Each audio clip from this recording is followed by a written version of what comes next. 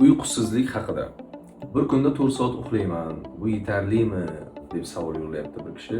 Yetarli emas. O'rtacha 9 soatdan 7 soatgacha bir sutkada. Bu odamni individual holatiga qarab. O'zi uyqu sikli bor. O'rtacha o'sha 1,5 soat qoidasi bor. Har 1,5 soatdan bitta uyqu polni almashinib bo'linadi. O'zida davrini o'tib bo'linadi. E'tibor bergan bo'lsangiz, bir xil vaqtida yarim soat yoki 20 minut ko'z ildirsam odam tetik bo'lib turadi.